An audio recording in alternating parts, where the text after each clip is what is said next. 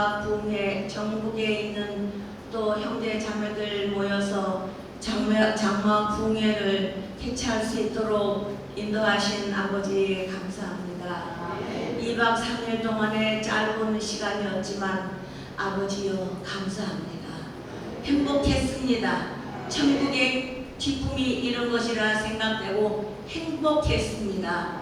아버지 끼니 걱정하지 않고 여기서 주시는 음식 먹고 행복한 시간이었습니다. 그러나 오늘은 돌아가야 할 시간, 각자 흩어져서 가야 할 시간이 가까워오고 있습니다. 아버지, 그동안 이곳에서 정말 많은 은혜를 허락해 주신 은혜 감사합니다. 강사 목사님으로 하여금 귀한 말씀을 들을 때에 그 말씀들이 우리의 볼에 뼈에 사무치는 말씀들이었고 우리가 깊이 새겨야 하는 말씀들이었습니다. 또한 또 저희들을 봉사하기 위하여 온 곳에서 달려오신 우리 봉사자 여러분 감사합니다. 그분들이 있어서 우리가 행복했고 그분들이 우리에게 크신 사랑으로 주님 함께 해주셔서 감사합니다. 아버지 또한 만나기 힘든 형제자매들 만날 수 있게 해주셔서 감사합니다. 아버지 금년에도 건강함으로 이렇게 만났고 또한 내년에도 변함없이 우리 다같이 건강한 모습으로 만날 수 있게 되기를 소망합니다. 아버지 또 여기 이곳에서 또 끼니 때마다 만들어주는 맛있는 음식을 먹게 해주신 은혜 감사합니다. 이 음식을 준비해 주시는 손길에도 크신 축복으로 하늘에 있는 축복으로 허락하여 주시옵소서. 우리 모두가 이곳에 모인 모든 성도님들 하나하나가 다 하나님의 축복을 크게 받으며 행복한 시간 또 삶을 살게 해주시옵시고 우리가 서로 헤어질지라도 우리가 영원한 날을 바라보며 하늘의 소망을 간직하고 우리가 영원히 헤어짐이 없이 살아갈 그날 하늘의 소망을 가지고 오늘도 우리가 헤어지지만 아버지 안에서 늘 평안하고 행복한 모두가 되게 하여 주시옵소서. 아버지께서 오늘도 저희들이 가는 길 주님의 빛나는 천사가 함께하여 주시옵시고 목적지까지 다 잘 인도하여 주옵시기를 간절히 바라고 원하옵나이다. 우리의 모든 삶 속에서 오늘도 크신 축복으로 함께해 주실 것을 믿고 감사하며 이 모든 말씀 사랑이 많으신 우리 구주 예수님의 이름 받들어 기도드리옵나이다. 아멘.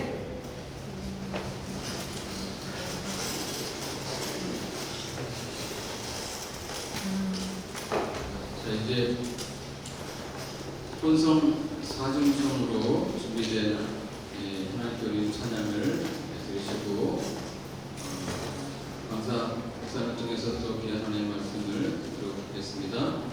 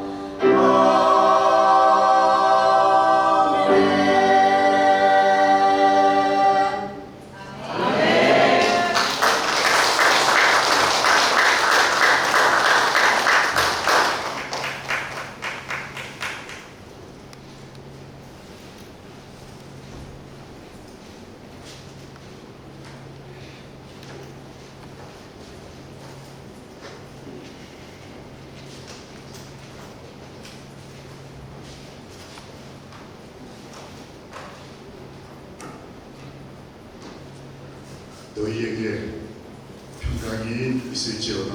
아멘.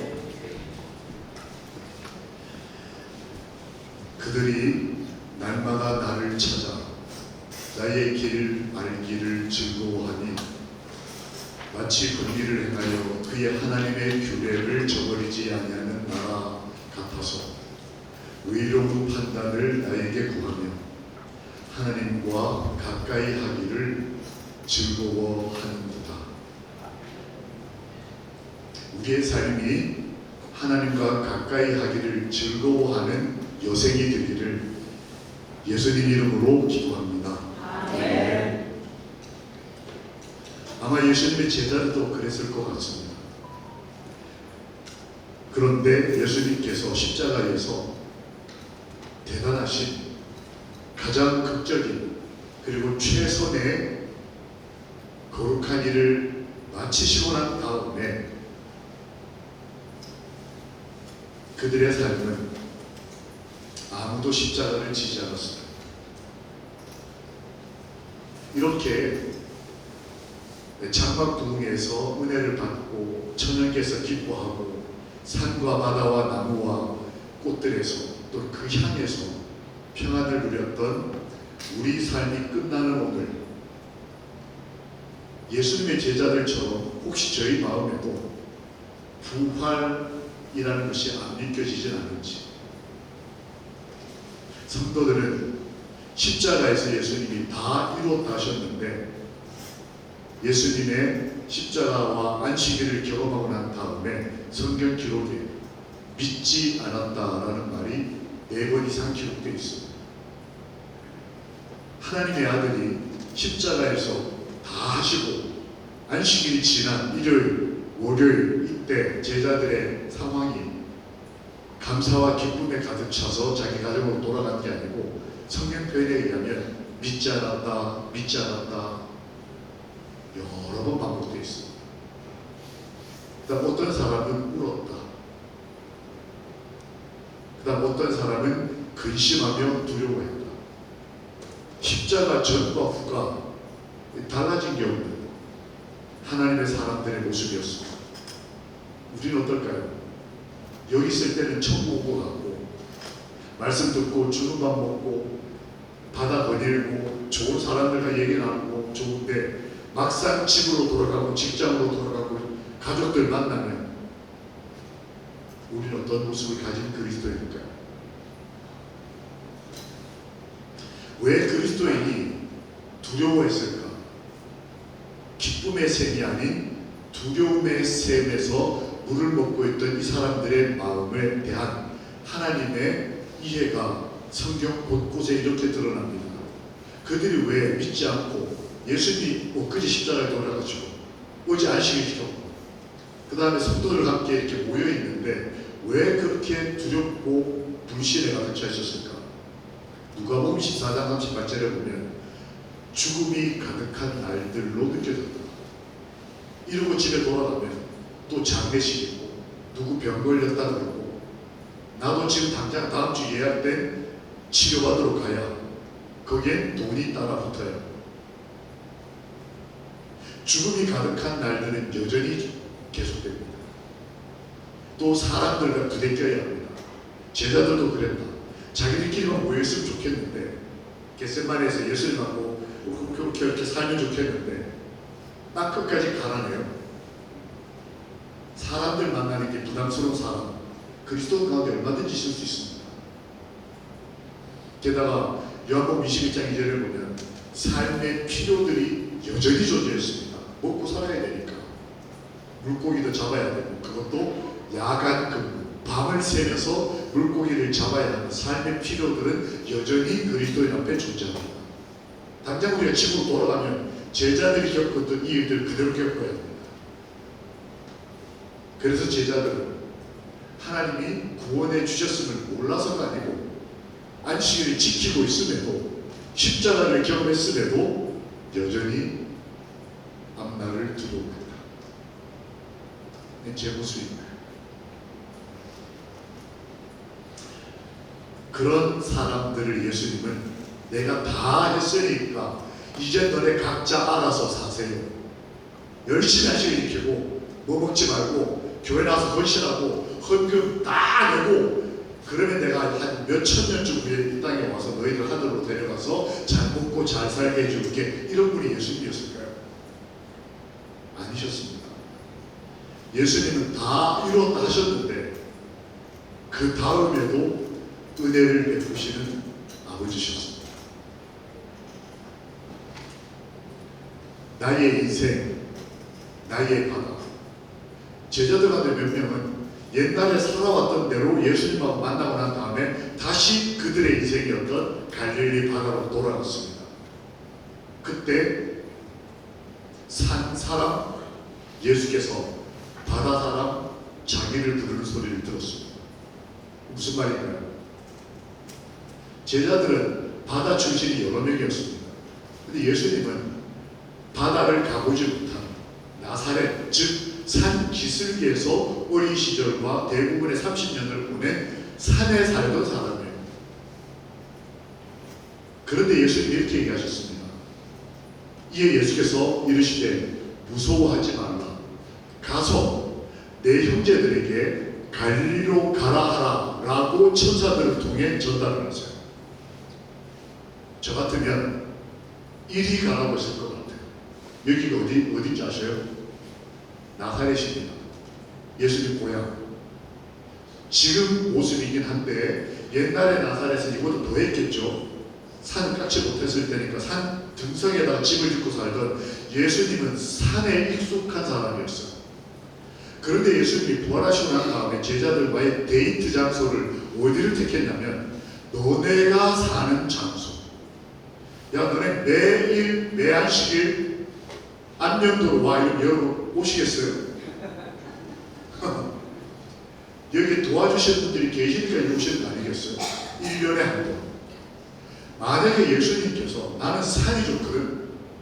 왜냐하면 옛날에 성전도 주로 산에다 지었거든.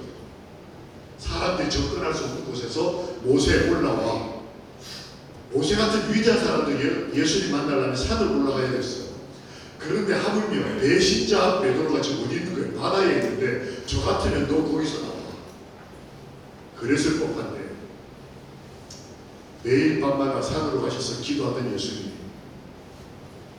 어디로 오신 거예요? 내 집으로. 내가 살던 곳으로. 예수님이 좋은 이유 중에 하나는 저는 이 부분입니다.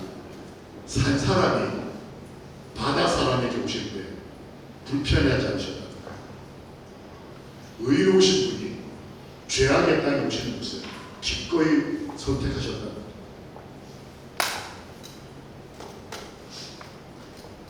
자기를 알아보지도 못하는 사람. 예수께서 바닷가에 서셨어요. 바다에 오셨어요. 우리 집으로 오셨는데 제자들이 예수신 줄 알지 못하는 자. 야, 진짜 안면도에서 가서 아멘하고 기뻐하고 박수치고 감사기도 했는데 집에 딱 가서 야, 집이 이게 뭐야? 그러신 분이 아무도 안 계시죠? 아, 참. 예수신 줄 알지 못하고 사는 거. 일상으로 돌아가는 거. 이러면 예수님이 어떻게 반응하실까요? 요 다음에 예수님을 알아보지 못하는 자기 집으로 찾아오신 내가 하나님과 가까이 하게서 하면도 갔어. 이제는 내가 서울에 올라왔습니다. 부산으로 왔어요. 그러면 하나님과 멀어진 것입니까?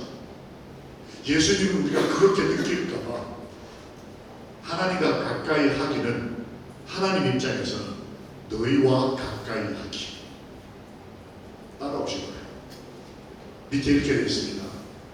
예수께서 이르시되 얘들아 라고 불렀다고 말씀이 기록되어 있는데 이게 한국말에 이런 거고 이 성경에 쓰여진 말을 보면 야 친구야 이렇게 부르셨어요.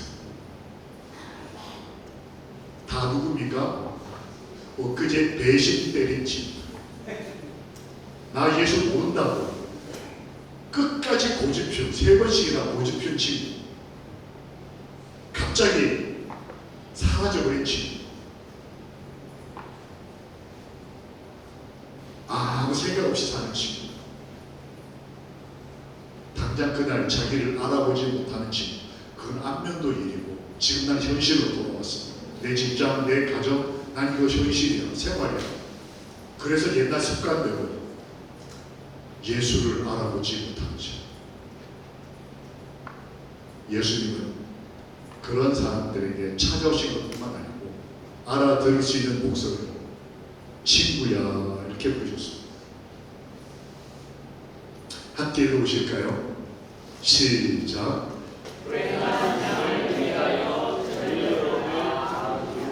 한 그리스도인 여인이 깨달은 하나님의 모습이에요. 그의 자서전에다 썼습니다. 저는 잃은 양이라는 표현을 자주 들었는데 엘렌 화이트는 잃은 양에 대한 다른 해석을 했습니다. 잃은 양이 아니고 무슨 양이요? 불행한 양. 여러분 이런 표현 좀 낯설지 않아요? 잃은 양은 좀 자존심 상할 때가 있어요. 나 좀 안식을 지키고 있는데 나 지금 안면도까지 왔는데 내가 왜 잃은 양이야? 그런데 하나님이 우리를 보실 때는 그냥 잃은 양이 아니고 불행한 양. 그 하나님은 그 불행한 양을 위해서 전력을 다 기울이신다. 증거를 하나 내볼까요? 이겁니다. 생선 한 토막. 지난 이화사님 번역에 생선 요리가 나왔나요? 그러면 가실 때 안면도 유명한 생선 한 토막 드시고 가셔요. 아이고, 저 안식교 목사가 뉴스타트하고 안 맞게 생선을 먹으라 하네. 이렇게 이해하시면 안 되고,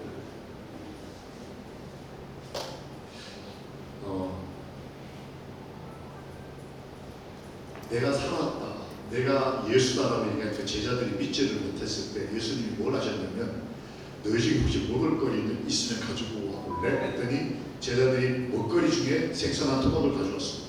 그걸 예수님이 드셨어요.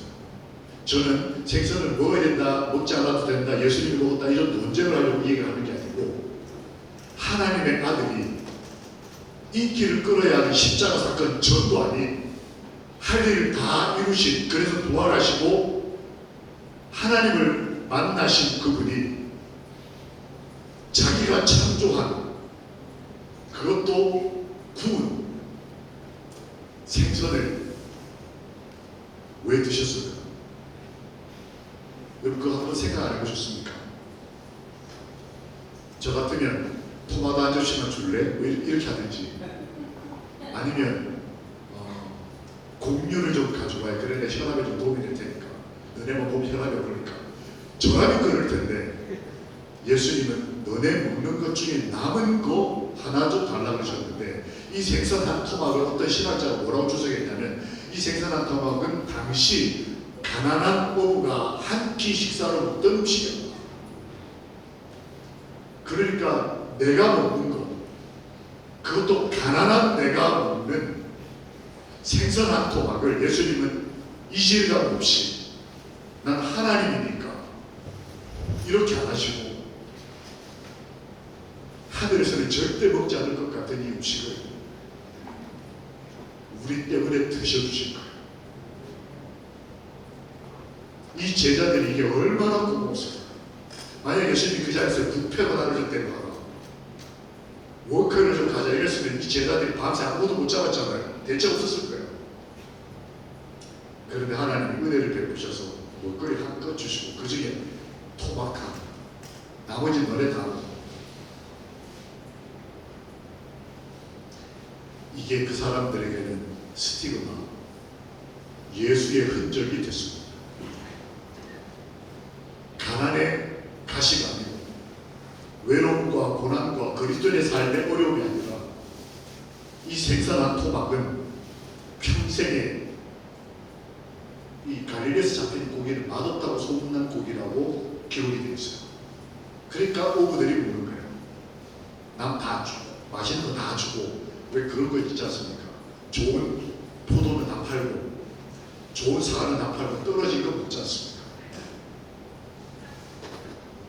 예수님이 우리들에게 흔적을 남기실 때 우리에게 가까이 오신 이렇게 증거하셨다.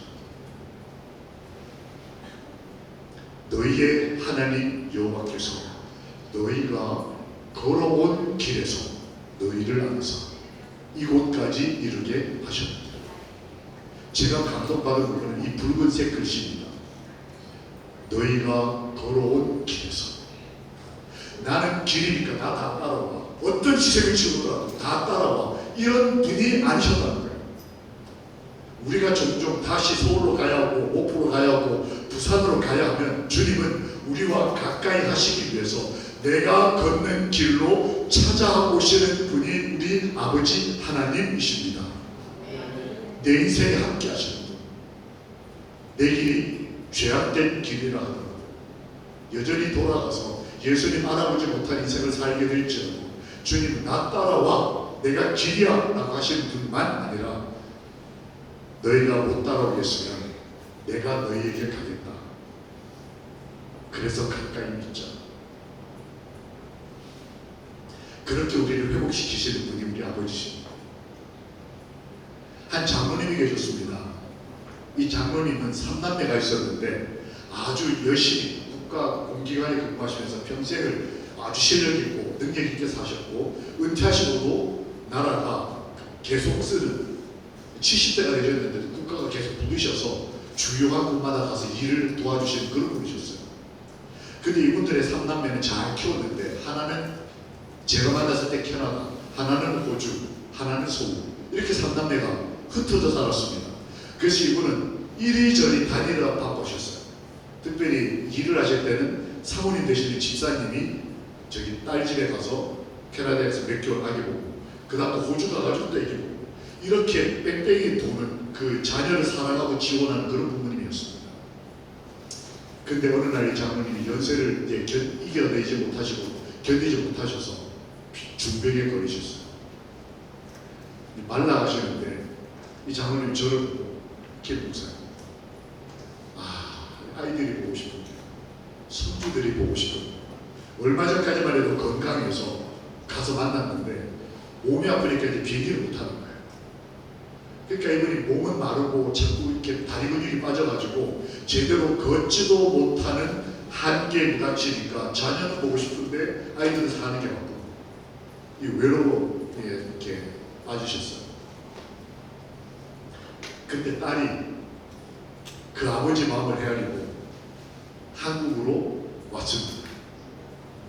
근데 오기 전에 제가 그분이 이제 시골 생활 하신다고 저 시골에 가 있는데 방문을 갔는데 김 목사님 6월 며칠 보니까 달리가 동그랗게 이렇게 해놨어요. 무슨 날인지 아냐고. 내 딸이 제일이 많은 날이라고.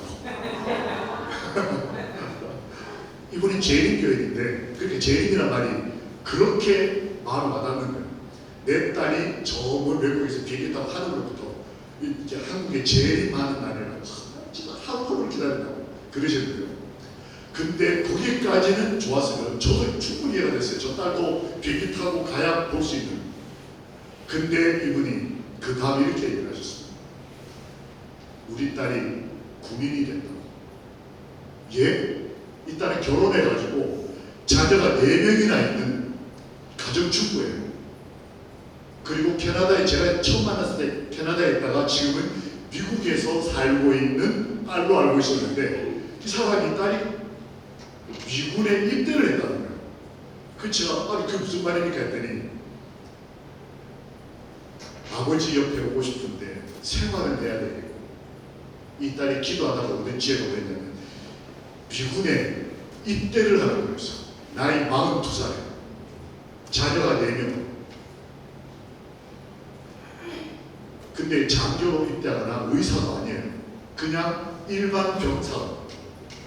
그래서 여군 입대를 해가지고 훈련을 받고 난 다음 똑같이 우리 농산훈련소에서 받는 것처럼 군대 훈련을 42살 자기 딸뻘 아들뻘 아이들하고 받고 난 다음에 입대를 하고 근무지 지원을 어디로? 한국 평택으로 지원을 했어요. 그래서 한국에 왔어요. 야, 제가 그 부녀 상봉을 하는데 정말 감동이었어요. 아버지가 자기에게 딱 다가오고 날라와서 먹을 거 갖다 주고 김치 싸가고 건강할 때 그렇게 할 때는 딸이 그거 다 받아먹고 이제 망한 데서 자기가 자녀 키우고 자리를 다 잡고 먹고 살만할 때 아버지가 가까이 오지 못하니까 이 딸이 군대 입대해가지고 내 자녀와 남편하고 다 같이 와가지고 남편은 평택의 군무원, 군대의 군인은 아니고 거기에 뭐 도와주는 일을 지원해서 합격해가지고 군무원으로 근무하고 내 아이 중에 몇 아이가 제가 얼마 전에 방문을 왔더니 방학이라고 할아버지한테 가서 할아버지 시중 다던 할아버지가 행복하셔가지고 그 보고 싶어도 손녀들이 내 옆에 와서 있는데 제가 그 딸아이들한테 너희 엄마 군복 입은 사진 좀 보여달라고 했어요. 미군, 미여군 그것도 짝대기 하나 아버지에게 오기 위해서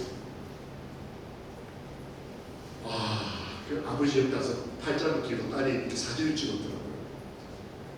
아버지 얼굴을 제가 잊어버릴 수가 없어요. 진짜 행복.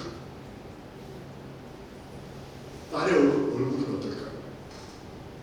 군대 42살에 군대 입대해가지고 고생해서 아버지 안아주세요, 저 구원해주세요, 유산 다 져주세요 이랬을까요 딸이? 아빠 옆에 와서 아빠 팔짱 끼니까 너무 좋아가지고 제가 그 가족 사진을 잊어버릴 수가 없어요. 불과 얼마 전인데 아버지가 그 인생에 쌓여있는 모든 질고가 다 사라지고 그 표정에 마치 예수님 만나 하늘에 있는 표정. 현실은 여전히 이 땅에 죄악된 땅에 있지만 그의 마음과 그의 신념은 구원받은 사람이었습니다. 이는 너희가 복을 유업으로 받기 위하여 부르심을 받았기 때문이다. 베드로가 이제 베드로전서 3장 9절 말씀이거든요. 베드로가 갈릴리 바다에 있을 때 예수님이 바닷가에서 얘들아 불렀잖아요. 그 부르심이 무슨 의미인지를 그가 깨닫고 마지막 유서였을 거예요. 그 유서가 거룩해서 성경에 들어오고 그 유서에 내가 그날 들었던 목소리, 난 배신자인데 그 배신자 출신 자기를 예수님이 그 밤새 근무하면서 물고기 한 마리도 못 잡고 절망하고 있던 자신을 불렀던 그 부르심이 무엇 때문인지를 썼어요. 복을 주시기 위해서. 불행한 양에게 주님이 얘들아 오늘로부터 우리의 삶 끝나는 날까지 주님 만날 때까지 주님이 우리 귀에 우리의 이름을 부르시는 우리를 친구라고 부르시는 사랑의 음성이 끊임없이 들려지기를 우리를 부르시는 예수님 이름으로 기도합니다. 나의 인생, 나의 바다에 주님은 오셔서 여호와 라파가 되셨습니다. 치료하시는 여호와 회복시키셨어요. 예수님을 알아보지 못하는 이 사람들에게 예수님을 오셔서 이 두려움에 빠진 사람들을 치료하셨는데 사람들이 스타일이 다 다르잖아요. 글로바 같은 사람은 머리로 하나님을 이해하는 스타일이었다. 그래서 그는 예수를 만났을 때 하루 종일 예수님 옆에 있어도 하나님과 가까이 있어도 예수님을 알아보지 못했습니다. 예수님한테 전도를 했어요. 그일에 예루살렘에서 일어난 일을 너가 모르느냐. 예수님은 그 사람한테 성경을 펴서 하루 종일 글로바가 자기를 알아볼 때까지 지성으로 접근하셨습니다. 그가 맞아 하고 지적으로 그 이해하고 난 다음에 성경 쫙 다니엘서 공부 쫙 요한계시록 해서 맞아 예수님이 진리다 라고 깨닫고 교회 들어오는 분 이 가운데 계실 겁니다. 예수님은 그런 분에게는 그렇게 접근을 하시고 은혜를 베푸신답니다. 그런데 도마는 정반대 스타일이었어요. 도마는 이렇게 머리로서 하는 신앙이 아니고 체험을 중시하는 스타일이었다. 그 제자들이 예수님 만났다니까 나 못 믿겠다. 그리고 뭐라고 해요?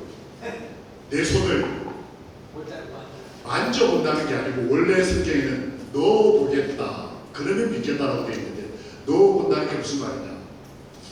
여러분 예수님이 벌하시고 난 다음에 새 몸이 되셨겠지만 사실 불과 이틀 전에 예수님이 참으로 허리를 이렇게 찔려서 찢어졌어요. 거기를 다시 손을 놓아겠다는 거예요 지금. 그냥 이렇게 살짝 만지는 게 아니고 원어는 손을 집어넣는 거예요.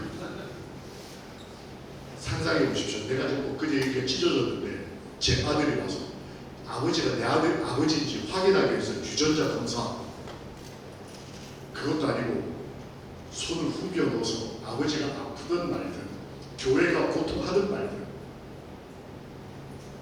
내 믿음, 내 행복이 우선이라고 생각하는 이 그리스도예요. 근데 예수님이 그에게 다시 오셔서 뭐라고 하냐면 너 봐. 야, 지금 굉장히 단순한 대화잖아요. 그런데 이 배경과 이 마음을 헤아리는 예수님을 생각해보면 이 보통 대화가 아닌 거예요. 이 교회가 왜 흔들릴까요? 왜 말도 안 되는 사람의 주장에 의해서 이 교회가 고난을 당할까요? 왜 하나님 이걸 내버려 두실까요? 이 교회의 혼란을 그 사람이라도 깨달을 때까지 난 다시 아플 수 있다. 너무 봐. 우리 안에 일어나는 아픔, 이해할 수 없는 그 사람의 행동, 왜 교회에게 고통을 주는지, 왜 이 교단을 흔들는지 도마를 생각하고 예수님은 그런 사람에게 오케이, 난 너를 위해서 다시 아플 수 있다. 갈릴리 제자들은 일상의 삶이 먼저라고 생각한 사람들이었습니다. 십자가가 엊그제 사건인데 바로 야간도 묻어난 사람들. 이 잘못됐다기보다 거기 동기가 뭐라고 되냐면 먹을 게 없어서. 그들에게 예수님이 찾아가셔서 아까 그 얘기는 이만큼 153배의 선물을 주시고 고정에 반토막만, 사실은 153마리면 15마리 정도가 11금 아니겠어요? 근데 예수님 153마리 중에 이만큼만 일상의 삶에서 돈벌이 하는 직장에서 하나님께서 내가 살아있다고 말씀하셨습니다. 마리아는 감성적인 그리스도인이었던 것 같아요. 울었다. 누구보다도 먼저 무덤에 달려갔지만, 교회로 갔지만 기쁨의 성전 방문이 아니고 울었다. 그때 예수님이 오셔서 감성적으로 접근하셨다. 왜 우느냐라고 묻으셔요. 각자가 가진 스타일대로 예수님은 만나셔 주시고 두려워하지 마. 나다. 우리가 이제 앞으로 흩어져서 각자의 삶을 각자의 스타일로 생활 방식대로 살아가게 될 것입니다. 하나님은 우리의 형편과 우리의 삶의 방식대로 찾아와 주셔서 우리가 이해할 수 있도록 우리를 만나 주시고 사랑해 주실 것을 인하여 여호와께 감사합시다. 아멘. 부활하신 후에 세상에서 그리스도의 최초의 사업은 제자들에 대한 당신의 쇠하지 않는 사랑과 친절을 그들에게 확신시켜주는 일이었다. 당신은 그들의 레위인과 살아계신 하나님이심을 증거하는 일이 예수님의 첫 일이었다. 여러분 옆에 분들에게 손잡고 이렇게 따라해 보십시오. 크게 옆에 손잡으십시오. 이 아침에 정신이 바짝 들도록 손잡고 이렇게 따라하셔야 됩니다. 하나님은 살아계시다. 다시 한번 한 문장으로 가겠습니다. 하나님은 살아계시다. 아멘. 그리스도는 믿는 자에게 부활과 생명이 되신다. 죄로 인해 잃어버린 생명이 우리 구주 안에서 회복된다. 우리가 앞으로 걸어가야 될 오늘, 내일, 내 가정으로, 직장으로 가야 하는 삶은 회복의 삶이 될 것을 우리 믿읍시다. 아멘. 왜냐하면 나는 너희를 치료하는 여호와입니다. 이거는 현재 진행. 옛날에 그랬다가 아니고 오늘 우리에게도 치료하는 여호와 라파가 되실 것을 인해 하나님을 찬양합니다. 축원합니다. 아멘. 그걸 경험한 제자들이 초대교회 전도회 때 주제가 하나였어요. 지금이야 세천사의 기별, 뉴스타트 여러 기별을 전하지만 초대교회의 복음 전하는 기별은 다 뭐였냐면 살아계신 하나님께로 돌아오라. 이게 기별이었어요. 내가 만났다.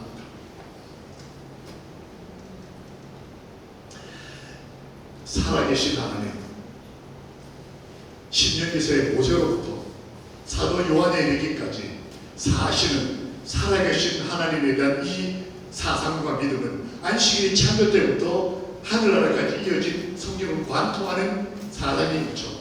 살아계신 하나님이라는 사상도 모세로부터 하늘나라까지 우리의 삶의 기초요, 최고요, 마지막인 믿음의 근거인 것입니다. 우리 아버지는 살아계십니다. 생존하시는 하나님 앞에 사시는 것처럼 우리 삶을 살게 되기를 주님의 이름으로 축원합니다. 아멘. 그 밤이 캄캄하고 격렬한 광풍이 불지어도 그의 갈 길이 아무리 위험하고 사나울지어도 그의 수고가 아무리 지루하고 고달픈 것일지라도 그 잃은 양을 찾을 때까지 예수께서는 지칠 줄 모르고 뒤로 물러서지 않는다. 이 잃은 양은 불행한 양. 하나님이 우리를 찾아오시고 지칠 줄 모르고 뒤로 물러나지 않고 우리와 가까이 계실 것을 인해 하나님께 감사합니다. 제가 한 곳에 와서 전도를 했습니다. 제가 이제 한국말로 전도를 하면 교회가 여러 개가 합쳐져 있었는데 그 중에 이제 그 현지가 영어를 쓰는 곳이었어요. 그래서 이제 한 장로님이 한국말을 영어로 이렇게 통역을 하면서 전도가 진행이 됐어요. 근데 이 장로님께서 이 통역을 하시는데 자세가 좀 부담되는 자세였어요. 이렇게 설교를 할 때 제가 이렇게 열심히 최선을 다하면 옆에 있는 통역하시는 분도 사실은 영어를 알아듣는 사람은 저의 목소리 듣는 게 아니고 영어로 하는 걸 듣기 때문에 열심히 해주셔야 돼요. 근데 이분이 포기를 했습니다. 손 하나 놓고 짝다리 잡고 앞도 안 봐요. 앞도 안 보고 그냥 이렇게 가지고 들리는 대로 이렇게 통역을 하시고 제가 하면 이게 여러분이 아시겠죠? 맥이 자꾸 끊어지고 이분이 하면 여러분처럼 어떤 분 웃으시고 그러니까 정말 진지한 얘기를 하고 있는데 이분이 좌중을 이렇게 뭐랄까요? 다운시키는 그런 제가 설교를 위해 기도를 해야 되는데 통역자를 기도를 해야 되는 상황이 됐어요. 진짜 엄청 열심히 기도했어요. 근데 하루는 이분이 저한테 오시더니 이걸 보여주시는 거예요. 이제 문자 메시지에 영어로 이렇게 적힌 이걸 저한테 이렇게 보여주시면서 목사님 이걸 딱 보여주니 갑자기 이분이 진지하게 하나님은 살아계십니다 그러는 거예요. 그 제가 아멘 해야 되는데 예? 막 물었어요. 하나님 살아계십니다 제가 아멘 해야 되는데 예? 하고 그럴 것 같지 않은 분이 그러니까 그러면서 얘기를 하시는 이 장로님이 어느 날 교회 직원의 결과를 듣고 열을 받았대요. 미국에는 열 받으면 교회도 소송을 걸어요. 내용이 뭐냐? 그 지역이 연합 전도회를 여는데 이제 한국에서 강사가 오는데 통역 봉사를 자기한테 맡긴 거를 자기한테 의논하지 않고 교회 직원회가 결의를 한 거예요. 이 사람이 열받아가지고 교회 상대로 소송을 하려고 거예요. 야, 세상 참 희한하죠. 근데 아내는 제발 말 뜯어 말리면서 부부싸움이 벌어지거든요. 아내는 교회 집사님, 남편은 교회 장로님이에요. 근데 이 장로님이 맨하탄이라고 하는 큰 도시 한중간에서 엄청 큰 사업을 하시는 이거 엄청 많은 거예요. 그러니까 이 사람이 바쁘니까 정신없이 다니는데 교회 나가주는 것만 나고 헌금 많이 내는 것만 떼끼는데 갑자기 뭘 하라는 거예요? 통역을 하려면 그냥 와서 갑자기 통역하면 되는 게 아니고 오전에 만나가지고 서로 저 같은 경우에는 오전에 3시간 만나가지고 같이 설교문을 놓고 의논하고 단 하나 선택하는 게 굉장히 중요하거든요. 그리고 제가 금식하니까 장모님 금식하세요. 금식도 해요. 바빠 죽겠는데 일주일 동안 그걸 어떻게 합니까? 그게 화가 나. 근데 아내가 하도 말리니까 두 분이 싸움을 하다가 딜을 했어요. 무슨 거래를 했냐면 아내가 이번만 통역을 해달라. 남편은 오케이 내가 통역을 해주되 내가 미국에 내 친구들 중에 예수를 안 믿는 10명, 무장기로 10명한테 내가 매일 통역한 내용을 녹음을 해가지고 보내서 10명 중에 한 명이라도 변화가 일어나면 내가 앞으로 무조건 통역 내가 다 한다. 근데 만약에 내가 일주일 동안 통역을 하고 친구들에게 10명 우리로 말하는 톡을 보냈는데 아무 반응이 없으면 나는 다시는 교회 직원의 결의를 존중하지 않겠다. 둘이 약속을 했어요. 그리고 통역하고 보니까 통역을 진심으로 하겠습니까? 어떻게든 통역이 안 돼야 이분은 이제 앞으로 자유로운 거예요. 그러니까 이분이 이러고 하기 싫은 건 없죠. 근데 이걸 어쩝니까? 10명한테 보냈는데 그날 그 전날 밤에 한 명에게서 이 문자가 왔어요. 이 사람은 전혀 교회 안 다니는 사람이고 전도에 한다는 것도 모르는 사람, 저 미국 저 어디 딴 데 사는 사람. 그 사람이 문자를 보내왔는데 이렇게 내용입니다. 그 장로님의 친구예요. 친구가 부부싸움을 했는데 너무 심하게 했다고. 근데 또 어디 가야 됐나 보죠. 그 차를 타고 아내가 옆에 타고 가는데 가면서도 계속 부부싸움 하다가 너무 화가 나니까 운전을 막 했나봐요. 여기 남자분들 그 이해되십니까? 이해되시면 안 되는데 저는 이해가 되더라고요. 막 과속을 한다든지 막 이렇게 차선을 막 이렇게 넘어간다든지 급제동을 한다든지 누구 겁주려고 해요. 아내한테 겁주고 위협하려고 운전을 막. 이 남편이 그랬나. 그러니까 그만큼 심하게 싸운 거죠. 그러니까 아내가 가다 보니까 옆에 경찰차 경찰이 서 있더라고요. 그래서 아내가 달리던 차에서 뛰어내립니다. 여러분 상상해 보셨습니까? 운전자가 남편인데 같이 기절해가지고 남편의 차에서 아내가 뛰어내렸는데 아내가 8개월 만삭이었어요. 8개월 된 아기 배가 부른 아내가 뛰어내릴 만큼 남편과 아내가 최악이다. 근데 아내가 뛰어내릴 때 어떤 분 부르더니 안 죽고 벌떡 일어나네요. 그럼 경찰한테 가서 도와주세요 막 외치고요. 이게 한국에서도 이렇게 문제지만 미국에서는 큰 범죄랍니다. 운전을 일으키면. 그러니까 남편이 겁이 나니까 덜컥 도망을 가버렸어요. 참. 그리고 가서 술을 먹는 거예요. 그리고 총을 구했어요. 죽자. 근데 억울하더래요. 술을 먹은 채로 총을 들고 집으로 가서 다 죽이고 죽겠다. 혼자 죽고 이렇게 됐어요. 그래서 하나님 없으면 가정이 이루고도 가족이에요. 그 총을 들고 술을 마신 채로 집으로 가던 중에 몇 년 만에 친구가 톡을 보낸 거예요. 카톡을. 그러면서 이 친구가 뭔 생각에 하나님 역사하신 거죠. 차를 세우고 그 음성 메시지를 듣기 시작했어요. 설교가 나온 거죠. 근데 그 중에 한 죽어가던 한 필리핀 여인에 대한 예화가 나왔어요. 가족에게 버림받고 자살하려고 했던 여인이 하나님을 만나고 난 다음에 회복되는 과정에 대한 예화가 그날 그 설교에 나왔어요. 근데 그때 그 필리핀 여자가 맨 마지막에 뭐라고 했냐면 라고 뭔가 말을 했어요. 이걸 듣는 순간에 이 통역하시는 장로님의 친구가 회심이 일어납니다. 그리고 이 장로님에게 문자를 보내서 제 문자 시간이 몇 시냐면 새벽 4시 20분 밤새도록 문자를 주고받아요. 나는 내 아내가 차에서 뛰어내릴 때 막지 않았다. 왼쪽이 명이 크고요. 차를 세우려고 시도조차 안 했다. 나는 그녀가 죽기를 바란다. 나는 악마가 이게 여기에요. 아내가 배에 지금 아기가 있는데 차에서 뛰어내리는데 그걸 그렇게 한 것이 자기가 그러니까 술 마시고 자살을 하려고 하다가 더 이제 악마의 충동이 돼서 집으로 돌아서 다 죽이겠다 이렇게 된 거예요. 근데 돌아오다가 내가 너가 보낸 그 비디오 영상을 봤다.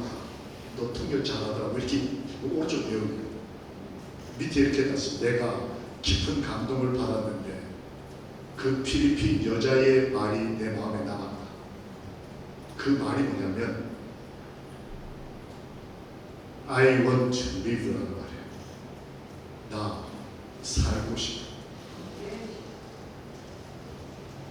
자살하려고 했던 한 여자 아주머니가 하나님을 만나고 난 다음에 마지막으로 고백한 내용이 나 살고 싶다는 말이었어요. 근데 이게 영어였거든요.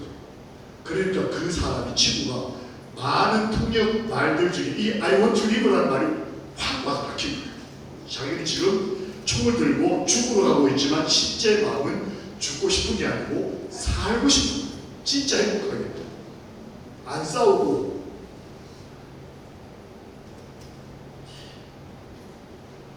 그러니까 이 장로님이 이 연락을 받고는 갑자기 자기는 지금 통역당하기 싫고 막 다 귀찮았던 사람인데 이 사람이 도와달라 그러니까 갑자기 저하고 연습한 설교를 막 찾아가지고 밤에 막 설교하고 이렇게 하고 이 두 사람이 기도하고 그리고 그날 저하고 연습하러 왔을 때 저한테 이 문자를 보여주면서 하나님은 살아계십니다.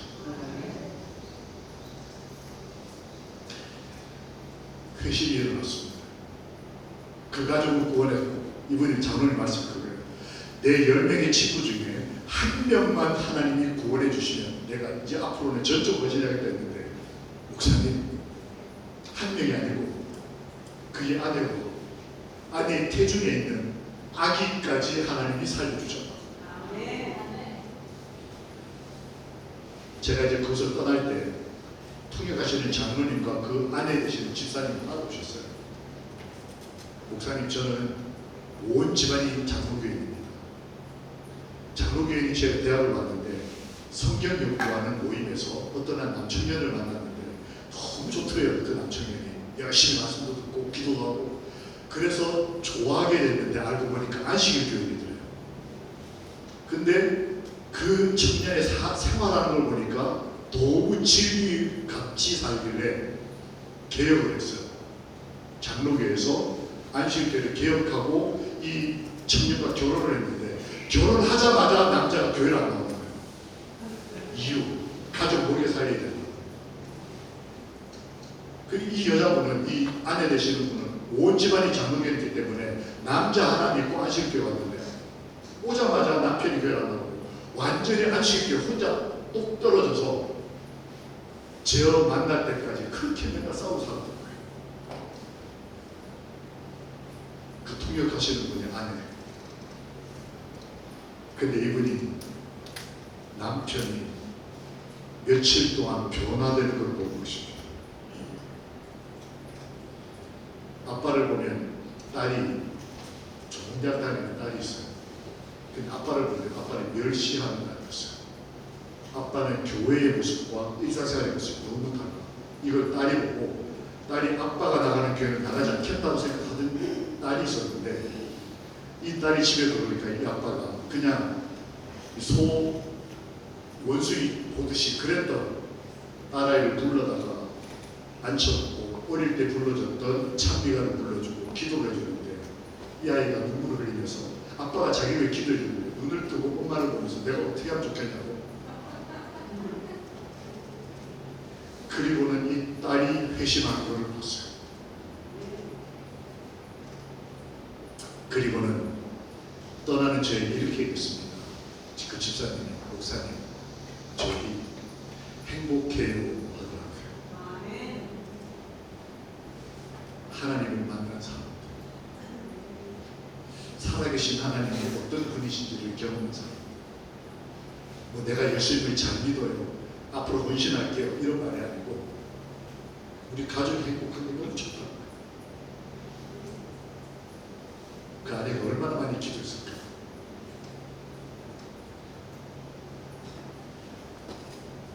여호와 라파, 나의 인생, 나의 바다로 찾아오시는 것. 하나님과 가까이 하는 것을 내가 하지 못할 때 하나님은 저희에게 가까이 오실 것입니다. 여러분, 두려워하지 말고 우리의 삶으로 나아갑시다. 아멘. 주여, 사람의 사는 것이 이에 있고 내 심령의 생명도 온전히 내 가정, 내 직장 거기 있사오니 원컨대 나를 치료하시며 나를 살려 주옵소서. 보옵소서. 내게 큰 고통을 더하신 것은 나에게, 내 사랑하는 사람들에게 평안을 주려 하십니다. 하나님이 우리 인생의 길에 평안을 주시기를 우리 주님 예수 그리스도의 이름으로 기도합니다. 아멘. 함께 기도하시겠습니다. 살아계신 하나님 아버지, 저희와 저희 사랑하는 가족을 기억하여 주시옵소서. 예수 그리스도의 이름으로 믿고 기도합니다.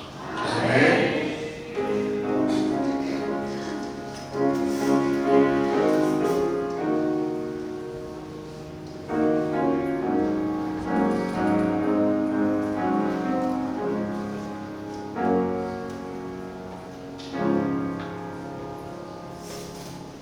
예, 감사합니다. 행복하셨죠? 하나님과 많이 가까워지셨죠? 예, 이제 우리의 일상의 삶을 돌아가셨을 때에도 하나님과 딱 붙어서 떨어지지 마시기 바랍니다. 예, 이것으로 장막붕회를 마치도록 하겠습니다. 함께 하신 우리 모든 분들께 감사드리고, 특별히 우리 시각장애인 장막붕회를 위해서 봉사자로 참여하신 모든 분들께 감사드립니다. 특별히 또 귀한 음악의 선물을 가지고 참여하신 우리 봉사자 장로님들 또 팀에게도 감사를 드리고요. 이제 제가 시각장애인 교회 이번에 와보니까 저희는 그냥 말로 이렇게 또 눈으로 뭐 이렇게 인사하는 것이 아니고 만져봐야 됩니다, 그죠? 그래서 우리 이 2박 3일 동안 말씀으로 함께 해주신 우리 강사 목사님 만져볼 수 있는 기회를 드려도 되겠습니까, 목사님? 예, 그래서 만지시면서 인사 나누시고 또 다음 기회에 또 만날 수 있는 날을 기약하면 좋겠습니다. 이제 우리 전국 시각장애인 장막붕회 내년에 또 저희가 계획해서 어디에선가 이렇게 만나게 될 때 또 함께 참여해 주시고 또 이러한 귀한 행복과 또 교제 나눠 주시는 여러분들이 되기를 바랍니다. 감사합니다.